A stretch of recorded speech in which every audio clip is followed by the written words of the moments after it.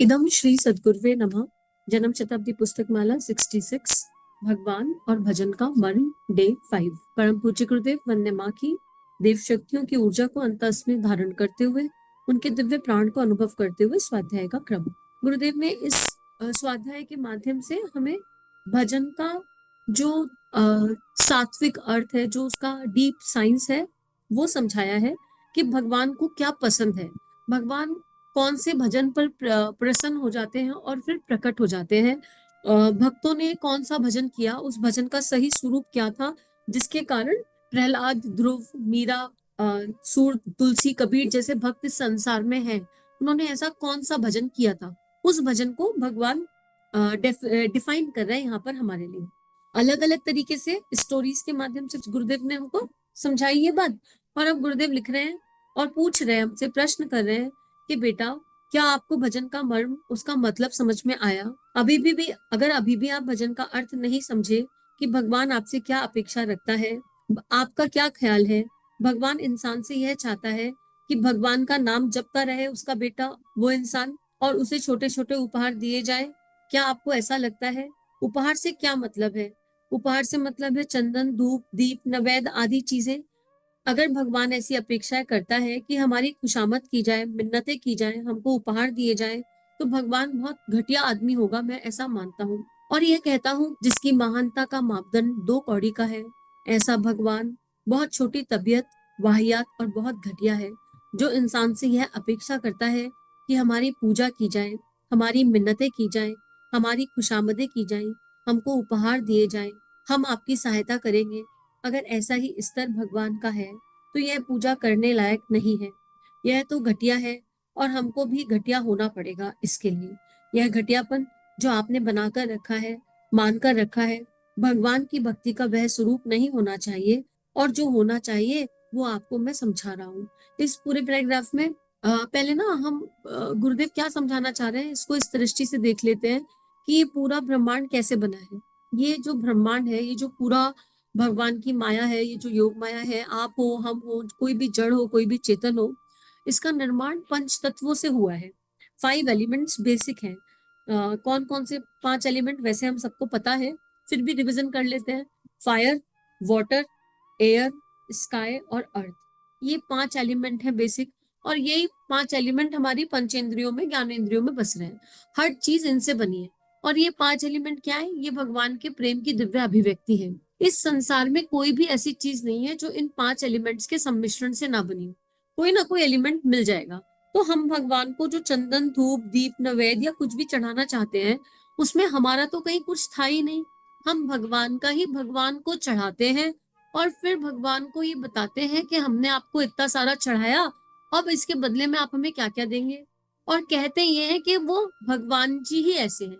भगवान जी कहते हैं कि अगर तुम मेरी 100 माला करोगे तो मैं तुमको ये वाला रिवॉर्ड दूंगा, तुम 200 माला करोगे तो ये वाला रिवॉर्ड दूंगा, तुम इतने दिए जगाओगे तो ये वाला रिवॉर्ड दूंगा। ये भगवान, हमारे वाले भगवान ऐसे कहते हैं।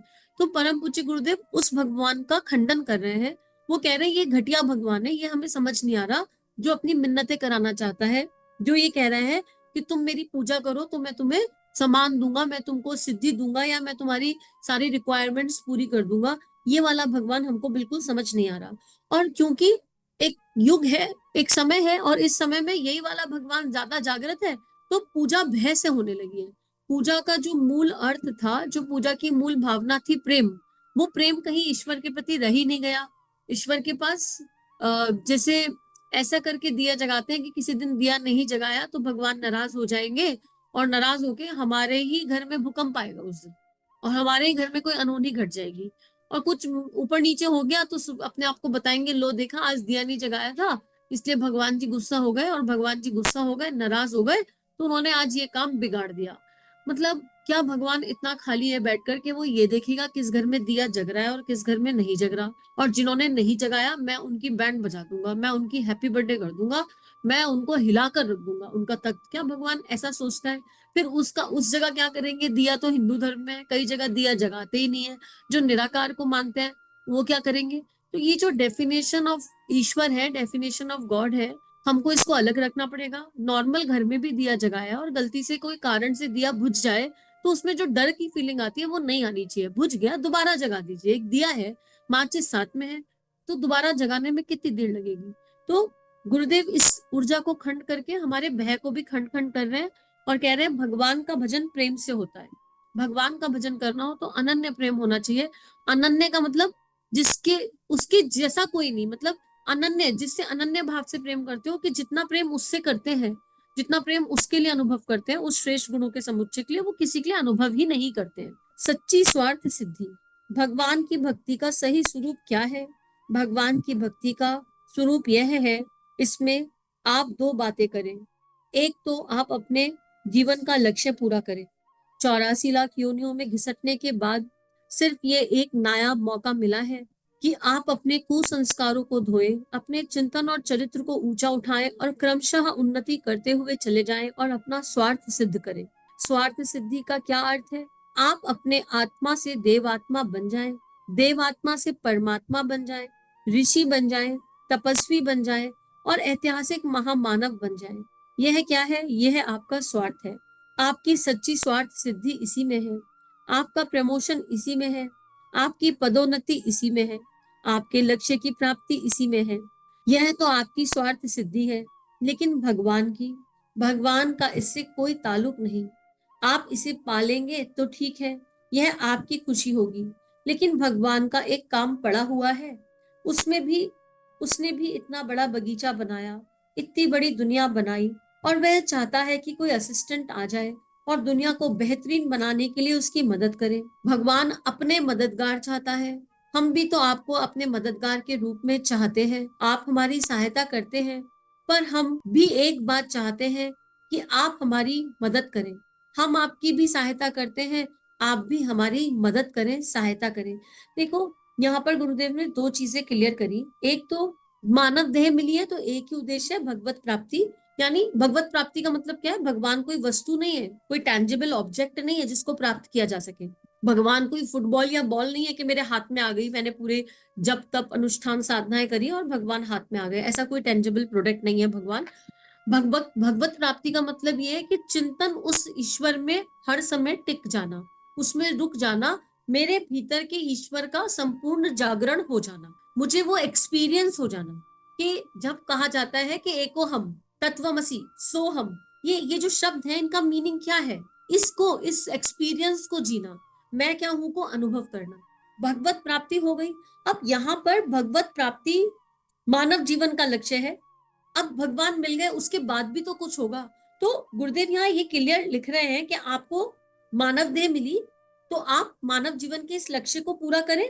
और हम जब कहते हैं कि हमको मोक्ष चाहिए और हम मोक्ष के लिए ये प्रैक्टिस कर रहे हैं, या हमको ऋषि जीवन जीना है, संत जीवन जीना है, या अच्छा मानव बनना है, या महामानव बनना है, या हमको नर से नारायण बनना है, या हमको देवता बनना है, या हमको XYZ सिद्धि चाहिए, ये जब हम बातें करते हैं और इनके आधार पर हम जब कुछ प्रैक्टिसेस करते हैं, तो वो कहीं ना कहीं स्वार्थ हमारा ही होता है, क्योंकि उसमें भगवान का ना कोई लाभ है ना कोई हानि है। भगवान सहायक आत्मा है, उसकी कृपा के बिना हो नहीं पाएगा। अब मोक्ष मुझे क्यों चाहिए? हमें ये प्रश्न करना है अपने आप से कि हमको अगर मोक्ष चाहिए तो क्यों चाहिए, हमको ऋषि जीवन चाहिए तो क्यों चाहिए। पहले तो अपना लक्ष्य क्लियर होना चाहिए कि हम क्या चाह रहे हैं। हम अहिल्याबाई जैसा बनना चाहते हैं, या हम वीर सावरकर जैसा बनना चाहते हैं, या हमें भगत सिंह पसंद आ रहे हैं, या हम कोई बहुत ऐसा लेखक बनना चाहते हैं, मैथिली शरण गुप्त या दिनकर जी, या जो लेखक एक एनर्जी क्रिएट कर दे पूरे ब्रह्मांड में। हम चाहते क्या है, हमारा लक्ष्य क्या है, और उस लक्ष्य को अपने ईश्वर से हम जोड़कर चले। उसके बाद वो लक्ष्य मिलने के बाद क्या, वो प्रतिभा जागृत होने के बाद क्या? अगर वहीं रुक जाते हैं कि ये मेरा लक्ष्य था, ये मुझे प्राप्त हो गया। अर्जुन को धनुर्धर बनना था, अर्जुन ने अनन्य तप किए, बहुत सारे तप किए, गांडीवधारी अर्जुन कहलाए, धनुर्धर बन गए। उसके बाद क्या? उसके बाद क्या उनकी यात्रा रुक गई? अगर उसके बाद उनकी यात्रा रुक जाती तो आज अर्जुन को हम याद नहीं करते समर्पण के और शरणागति के चरम के भाव से। और भगवान श्री कृष्ण गीता में कभी ये नहीं कहते कि मानवों में मैं अर्जुन हूं। तो हम कोई भी काम करें उसके पीछे की इंटेंशन की जांच करें। मुझे माँ प्रकृति के साथ बैठना है, समूह के साथ बैठना है, क्योंकि मुझे अच्छा लगता है, ये भी एक लक्ष्य है। आनंद मिलता है, पूरा दिन अच्छा कटता है, ये भी एक लक्ष्य है। और एक लक्ष्य ये भी हो सकता है कि हमको प्रकृति के साथ बैठना है, सुबह 5 बजे उसके जप ध्यान साधना करनी है, क्योंकि हमको ब्रह्मांड को कंट्रीब्यूट करना है, हमको यूनिवर्स को कंट्रीब्यूट करना है। हमारी क्षमता गिलहरी जैसी है, हमारी क्षमता चींटी जैसी है, हमको उसी क्षमता को भगवान के खेत में डालना है। ये काम एक ही हो रहा है, कर्म एक ही हो रहा है, बस इंटेंशन बदल गई। क्योंकि मोक्ष प्राप्ति की इच्छा भी है एक इच्छा ही, लेकिन श्रेष्ठ इच्छा है। कम से कम प्रवर्त मन से जन्मी इच्छा नहीं है, कम से कम संसारिक इच्छा नहीं है, कम से कम ऐसी इच्छा नहीं है जो भटका रही है, मिथ्या मह में और उलझा रही है, व्यसनों की तरफ ले जा रही है। नहीं, ऐसी ऊर्जा है, ऐसी इच्छा है जो कर्मयोग करा रही है, दिव्यता की ओर ट्रांसफॉर्मेशन करा रही है एनर्जीज का। और जिसका ये ट्रांसफॉर्मेशन हो गया, जिसको ये समझ में आ गया कि ऋषि और संत क्या होते हैं, उसका नेक्स्ट स्टेप यही होगा कि ऋषियों ने क्या किया। जो ऋषि कहते किसे हैं? ऋषि वही हैं जिन्होंने समाज के लिए अपने जीवन को समर्पित कर दिया। संत कहते किसे हैं? जिनकी करुणा संवेदना ने समाज को प्रेम की लहरों से भिगो दिया। तो यहाँ पर परम पूज्य गुरुदेव ये कह रहे हैं कि आप अपना एक लक्ष्य रखिए जो स्वार्थ सिद्धि का हो, यानी आत्मा के विकास का हो, और एक पैरेलल लक्ष्य रखिए कि वो लक्ष्य प्राप्त होकर वो प्रतिभा मुझे प्राप्त हो जाएगी, तो उसको मुझे ईश्वर के खेत में कैसे बोना है, how I need to do, what I need to do, वो क्लियर होना चाहिए मन में। तो ये गुरुदेव हमें समझा रहे हैं। उसके लिए भीतर जाना पड़ेगा, स्टेप 1। स्टेप 2 पर ये जानना पड़ेगा हमारा लक्ष्य क्या है, हम इस मानव देव जीवन से चाहते क्या है। अब ये यहाँ पर इतना आगे आके ये तो नहीं कहा जा रहा कि हम लोग ये सोचे कि हम पेट और प्रजनन चाहते हैं, या हम बड़ी गाड़ी चाहते हैं, बड़ा घर चाहते हैं। वो सब एनर्जीज की बात यहाँ पर नहीं हो रही। उन सब के बारे में तो पहले बात करी कि हमें उन सारे लूप्स से बाहर निकलना है। मानव जीवन देह भाव से नहीं, आत्म भाव से हम क्या चाहते हैं, फिर उसको प्राप्त करने के लिए कौन सी जप तप साधना अनुष्ठान करने होंगे, शरणागति का भाव कैसे डेवलप होगा। फिर जब वो सिद्धि की तरफ हम बढ़ गए, जो भी हमें चाहिए वो हमें प्राप्त हुआ, तो उसका एक्शन प्लान क्या होगा कि अब इसको भगवान के खेत में डालना है। उसके लिए क्या तरीका है, कौन सा एक सर्वश्रेष्ठ तरीका है। जो भी करेंगे नियमितता से करेंगे, रेगुलरिटी से करेंगे, साथ साथ करेंगे, समझ समझ कर करेंगे। तो ये हमारे को अपने ही भीतर खोजना होगा, बाहर से कहीं से पता नहीं चलेगा। गुरुदेव कह रहे हैं कि मैं तुम्हारा आवाहन कर रहा हूँ, मैं तुम्हारी सहायता करता हूँ। अब गुरुदेव का मतलब एनर्जी, वो एनर्जी जिसपे हम बिलीव करते हैं, जिसपे हमारा बिलीफ सिस्टम है। अब हमको उनकी मदद करनी है। मित्रों, हमारा गुरु हमारी सहायता करता रहता है। आपको मालूम है, जब हम 13 साल के थे तब से वह हमारी मदद करता आ रहा है, परंतु उसमें भी एक पर लगा हुआ है। क्या पर लगा हुआ है? उसके पीछे एक कामना छिपी है। वह जो काम करना चाहता है वह अंधे के तरीके से, पंगु के तरीके से नहीं कर सकता, और हम अंधे के तरीके से बेकार हैं। इसलिए पंगु हमारा गुरु और अंधे हम। वह अपने आप से कुछ नहीं कर सकता, क्योंकि जिस जगह में वह कैद है, जिस गुफा में वह कैद है, वहां के लोगों के संपर्क में आना, लोगों से बातचीत करना, लोगों के साथ व्यवस्था बनाना उसके बूते की बात नहीं। वह दूसरों से इस काम को कराना चाहता है। इसलिए क्या काम रहता है? हमारी नौकरी भेजता है, सहायता भेजता है, हमारा वेतन भेजता है, वह हमारा सारा इंतजाम करता है, हमको बंगले भेजता है, क्योंकि वह हमसे काम कराना चाहता है। क्यों साहब?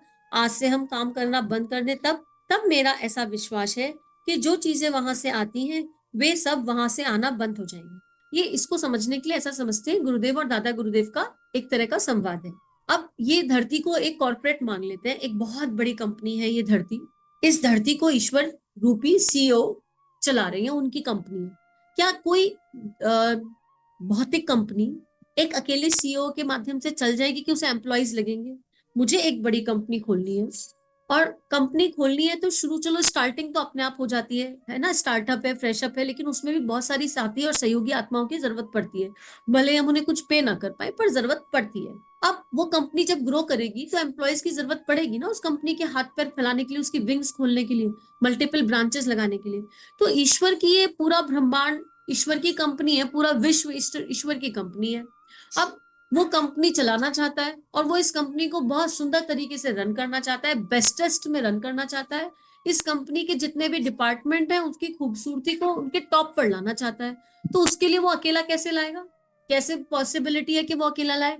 अब फिर ये ईश्वर वो है जो देह में नहीं है। दादा गुरुदेव की एनर्जी की यहाँ बात हो रही है, और जिस ईश्वर में हम भी बिलीव करते हैं, अगर हम राम में करें, चाहे कृष्ण में करें, चाहे ईश्वर में करें, चाहे अल्लाह में करें, चाहे जीसस में करें, किसी में भी बिलीव करें हम, वो देह से तो है नहीं, लेकिन वो एग्जिस्ट करते हैं। उनकी एनर्जी पूर्ण एग्जिस्ट करती है। जो इस यात्रा पर चल रहे हैं उन्होंने अपने ईस्ट की एनर्जी को अनुभव किया। अब जब वो देह से नहीं है लेकिन उनके पास क्या है, उनके पास पूरा खजाना है, क्योंकि वो अनंत ऊर्जा से जुड़े हुए हैं, तो वो हमारे लिए नौकरी भेज रहे हैं। वो कह रहे हैं तुम मेरी नौकरी कर लो।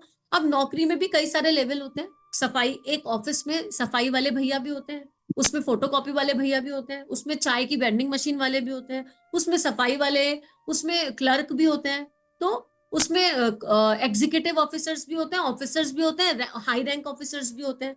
ठीक है, हर तरह के लोग होते हैं एक कंपनी में। अब ईश्वर हमको नौकरी दे रहा है, किस आधार पर दे रहा है? इस आधार पर दे रहा है कि हमने भजन कैसा किया। भजन की डेफिनेशन पूरी समझ में आ गई।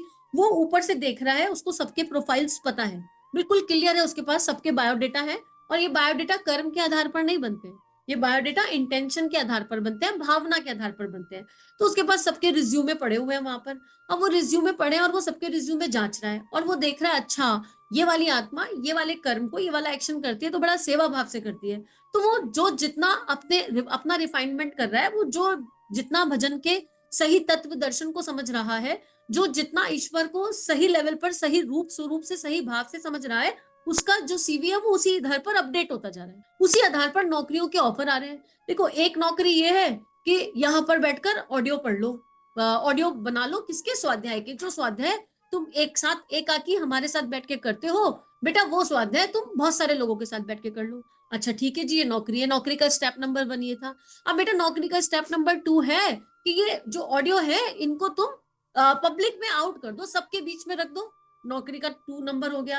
अब किसी को इन ऑडियो की मार्केटिंग की नौकरी मिल जाएगी, तो आप सब लोग जो सुन रहे हैं ऐसा मान सकते हैं कि आपके पास मार्केटिंग की नौकरी है। हमने ये ऑडियो सुना, हमने पूरा सुना, हमको अच्छा लग गया, हमको कंट्रीब्यूट करा, ऊपर से नौकरी मिली है। क्या नौकरी मिली है? गुरुदेव का ये साहित्य जन जन तक पहुंचाना है। अब आज कौन सा युग है? आज टेक्नोलॉजी का युग है, तो गुरुदेव के ये ऑडियो जन जन तक पहुंचाने हैं। एक 5वीं क्लास का बच्चा भी सुनेगा तो उसे समझ में आ जाएगा। अब हम इस नौकरी को जब हम अच्छे तरीके से करेंगे, जो मिली हुई है पूरे डेडिकेशन से करेंगे, अकर्ता भाव से करेंगे, समर्पण से करेंगे, शरणागति के भाव से करेंगे, और जो सुन रहे हैं उसको अपने गुण कर्म आचरण स्वभाव में धारण करने का अभ्यास प्रयास करेंगे, तो इस नौकरी में हमारे प्रमोशन अपने आप करेंगे भगवान। और फिर इस नौकरी के आधार पर जो हमारी रिक्वायरमेंट होंगी, क्योंकि देह में है ना, देह में है तो कोई सन्यासी तो है नहीं जो हिमालय पे रह रहे हैं। देह में है तो कपड़ा भी लगता है, लत्ता भी लगता है, खाना भी लगता है, संसार भी है, संतान भी है, सबका पालन पोषण है, रहने के लिए घर भी लगता है। ये सारी व्यवस्था वो ऊपर वाला कर देता है। वो कौन? वो बॉस हमारा, जो सीईओ है इस ब्रह्मांड का। वो उसके पास अलग अलग माध्यम है। अब वो किसी को एक नौकरी दे देता है जाकर, सुनो तुम्हारे पास बहुत श्री है, सब मेरी दी हुई है, ये मेरा एक बच्चा ये वाली मेरी नौकरी कर रहा है, चलो तुम इसके अकाउंट में ये डाल दो। ये भी एक नौकरी है, अपनी श्री को ईश्वर के काम में लगाना। तो ध्यान से जब बड़ी पिक्चर करके देखेंगे तो एक चक्र चलता हुआ मिलेगा, एक ऐसा चक्र जहां हम सब उस परमात्मा की नौकरी कर रहे हैं। बस हम ये मान ले कि हम उस परमात्मा की नौकरी कर रहे हैं, और हमारा कोई, और नौकरी में वेतन कौन डिसाइड करेगा? वही डिसाइड करेगा। हमारे पास चॉइस नहीं है। हमारा क्या चॉइस है? हमारे पास जो भी प्रतिभा मिली, जो भी काम मिला, उसको पूरे दिल से, पूरे मनोयोग से, सच्चे अर्थों में समर्पण के भाव से करना। जो भी काम मिला और अपना बेस्टेस्ट करना, और अपनी उस स्किल को जो ईश्वर ने दी है उसको टॉपेस्ट पर ले जाना। अपना इतना ही काम, इसके अलावा कोई काम नहीं है। फिर जिसे जो काम मिले, जो काम मिले, जैसे इस देह को एक बार कई साल पहले काम मिला था। क्या काम मिला था? रोज एक मैसेज ज्यादा से ज्यादा लोगों तक पहुंचाओ, अच्छा मैसेज। अच्छा जी, अब जिससे भी मिलते उससे कहते आप सुनिए, हमारे पास रोज एक अच्छी कहानी आती है, क्या आप पढ़ना चाहेंगे एक अच्छी कहानी? हाँ जी, पढ़ लेंगे। तो क्या हम आपको अपनी ब्रॉडकास्ट लिस्ट में ऐड कर ले? हाँ जी, कर लीजिए ऐड। आपको हमारा नंबर सेव करना पड़ेगा। अच्छा जी, कर लेते हैं, सेव हो गया नंबर, ब्रॉडकास्ट लिस्ट में आ गए। भाई बंधु, याद भी नहीं कितने लोगों से मिले और कितने लोगों से कहा, लेकिन ब्रॉडकास्ट लिस्ट में आज की डेट में लगभग लगभग 1000 लोग हैं। पता ही नहीं चला ये 1000 लोग कब हो गए। और कई सालों तक नियम से वो कहानी भेजते रहे, कहानी भेजते थे, और कई बार किसी का जवाब आता था, कई बार नहीं आता था, लेकिन जवाब की किसी से अपेक्षा नहीं थी। जवाब आएगा तो अपने लिए मुश्किल हो जाएगी। 1000 लोगों को आप कहां तक पलट के जवाब देंगे? संभव ही नहीं है। फिर क्या हुआ?